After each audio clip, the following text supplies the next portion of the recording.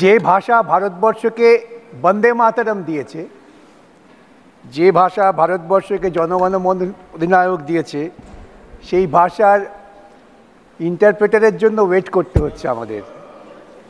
এটা একটা খুব দুঃখজনক পরিস্থিতি।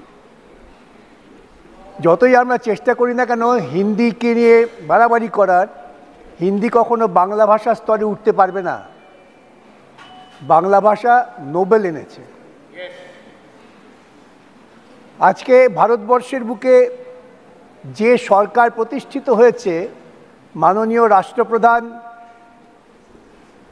চেয়ারম্যান এসে গেছে, মাননীয় রাষ্ট্রপ্রধান যে বক্তব্য রেখেছেন, স্যার এই বক্তব্যটা রাষ্ট্রপ্রধানের হৃদয় থেকে আসেনি।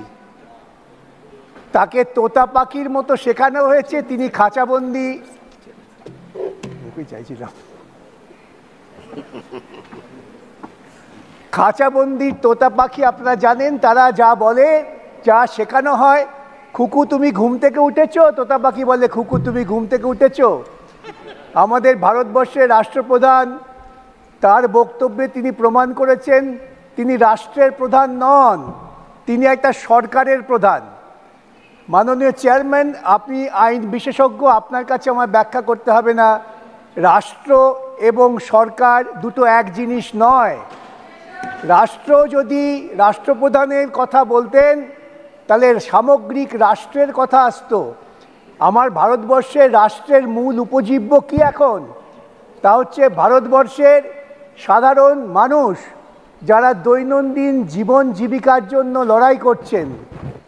বাজারে জিনিসপত্রের দাম, নিশ্চয়ই আমার চেয়ারম্যান বাজারে যান না, তিনি বুঝতে পারবেন না, কিন্তু যারা বাজারে যান তারা বুঝতে পারেন যে সাধারণ দরিদ্র মানুষ আজকে প্রায় না খেয়ে থাকার অবস্থায় আছে। ভারতবর্ষের শিক্ষার অবস্থা কি? বহু লোক আলোচনা করেছেন। আজকে পরিকল্পিত উপায়ে ভারতবর্ষের শিক্ষা ব্যবস্থাকে ভেঙে চুরে প্রাইভেটাইজ করার পরিকল্পনা হচ্ছে। প্রান্তিক স্তরের মানুষেরা লেখাপড়া শিখতে পারবেন না, প্রান্তিক স্তরের ছেলেমেয়েরা উচ্চ পর্যায়ে যেতে পারবেন না। এখন 65 লক্ষ টাকা দিলে গুজরাটের এক কেন্দ্র থেকে নিট পরীক্ষায় সফলকাম হওয়া যায়। যার বাবার 65 লক্ষ টাকা নেই, সে তার মেধা দিয়ে কিন্তু নির্বাচিত হতে পারবেন না। এবং দুর্ভাগ্য আমার, আমি পশ্চিমবঙ্গ থেকে বলছি যে এই রোগ পশ্চিমবঙ্গ ঢুকে পড়েছে। সেখানেও শিক্ষা ব্যবস্থাকে ক্রমশ মার্জিনাল সেকশনের লোকজনের থেকে দূরে নিয়ে যাওয়া হচ্ছে। এই যে কেন্দ্রীয় পরিকল্পনা, এই পরিকল্পনা কি ভারতবর্ষের যে মোরালিটি, দ্য কনস্টিটিউশনাল মোরালিটি, এখানে Hindu morality, Islamic morality, Christian মোরালিটির কোনো জায়গা নেই। স্বাধীন হওয়ার পর অনেক লড়াই করে আমরা স্বাধীনতা পেয়েছি, তার সবচেয়ে ভালো ফসল হচ্ছে ভারতবর্ষের সংবিধান। আপনি আমার থেকে ভালো জানেন সেই সংবিধানের যে মোরালিটি, যেটা আমাদের সুপ্রিম কোর্ট বারবার বলেন কনস্টিটিউশনাল মোরালিটি, সেই মোরালিটির কোনো লক্ষ্য চিহ্ন আমরা এই সরকারের মধ্য দিয়ে দেখতে পাচ্ছি না। করাপশান, আপনি জানেন, আবারও বলি, ভারতবর্ষের সুপ্রিম কোর্ট বলেছেন করাপশান হচ্ছে সমাজের একটা ক্যান্সার, তা ধীরে ধীরে প্রতিটা অঙ্গকে ধ্বংস করে দেয়। আমরা দেখেছি 2014 পর এমন একটি সরকার প্রতিষ্ঠিত হয়েছেন, অবশ্য তার নেতৃত্বে আছেন একজন অজৈবিক একজন প্রাণী, তিনি জৈবিক নন, তার তো মোরালিটি থাকার কথাও নয়, তাই তিনি মোরালিটির কথা ভাবেন না। কনস্টিটিউশনাল মোরালিটি তো অনেক দূরের কথা। যখন সংবিধান বলছেন যে আমাদের মধ্যে অর্থনৈতিক বৈষম্য কমিয়ে আনতে হবে, ধীরে ধীরে ইনইকুয়ালিটি আমাদের দূর করতে হবে, ইকোনমিক জাস্টিসে পৌঁছতে হবে, সোশ্যাল জাস্টিসে পৌঁছতে হবে, তখন ওই অজৈবিক যে প্রাণী তিনি বলে বেড়ালেন ইকুয়ালিটি মানে হচ্ছে মঙ্গলসূত্রে টান দেওয়া। ভাবতে পারা যায়? এই ভারতবর্ষ, যে ভারতবর্ষ পৃথিবীর বুকে বহু প্রাচীনকাল থেকেই সম্মানীয় জায়গায় আছেন, যে তাদের শুধুমাত্র চারিত্রিক দৃঢ়তা, স্বচ্ছতা এবং জনগণের যে দায়িত্ব কর্তব্য সম্পর্কে সচেতনতা। আমাদের কবি তো বলেছেন সবার ওপর মানুষ সত্য, তাহার ওপর নাই। এই মানুষকেই আমরা ধীরে ধীরে অবজ্ঞা করছি। স্যার, আমরা করাপশানকে দূর করার পরিবর্তে করাপশানকে ডেকে আনছি, আহ্বান করছি। আপনি ভাবতে পারেন ভারতবর্ষের সুপ্রিম কোর্ট যখন ইলেকট্রাল বন্ডকে আনকনস্টিটিউশনাল বলে দিল, তখন কেন ভারতবর্ষের অজৈবিক প্রধানমন্ত্রী তিনি বললেন না, এই টাকা তার দল ফেরত দিয়ে দেবেন, যা অসাংবিধানিক, তার জন্ম থেকেই বেআইনি, সেই বেআইনি টাকা তারা গ্রহণ করেছেন। ওই দেয়া নেওয়ার তত্ত্ব আমি তার মধ্যে যাচ্ছি না, আমি অনেক মৌলিক জায়গায় আছি। এই যে করাপশন, টাকা দিচ্ছেন কারা? যারা ভারতবর্ষের মানুষকে শোষণ করে তার থেকে মুনাফা করছেন, তারা টাকা দিচ্ছেন।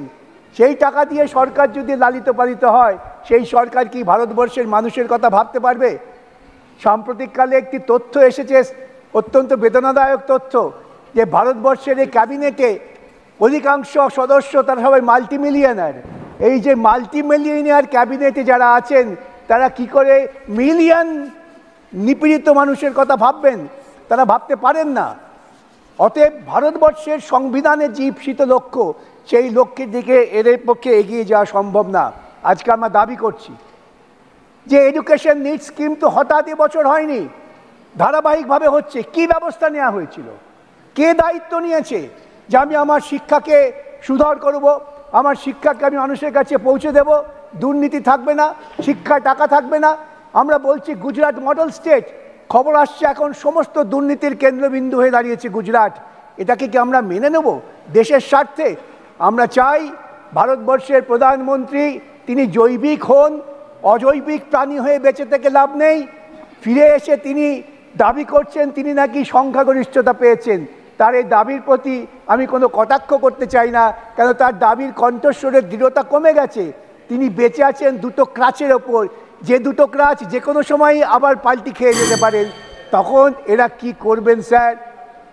আমি কি আবার আপনাদের কাছে আবেদন করতে পারি না, আপনি কনস্টিটিউশনাল মোরালিটির ব্যাপারটা তুলে ধরুন। আমার শেষ আবেদন আপনার কাছে স্যার, আমরা যে কথা বলছি, যদি আপনার মনে হয় কোনো কথা, কোনো শব্দ গ্রহণযোগ্য নয়, আপনি সেটা বাদ দিতে পারেন, কিন্তু নথিতে রাখবেন আমরা কি বলেছি এবং আপনি কি বাদ দিয়েছেন, যাতে পরবর্তী প্রজন্ম যারা গবেষণা করবে তারা জানতে পারেন যে রাজ্যসভার সদস্যরা কি বলেছেন এবং সেই কথাটা বাদ দেওয়া হয়েছে তা কতটা যুক্তিসঙ্গত ঐতিহাসিকভাবে, সেটাও নির্ণয় হওয়া দরকার। এ কথা বলেই আপনাকে ধন্যবাদ জানিয়ে আমি আমার কথা শেষ করলাম। নমস্কার। বললাম তো।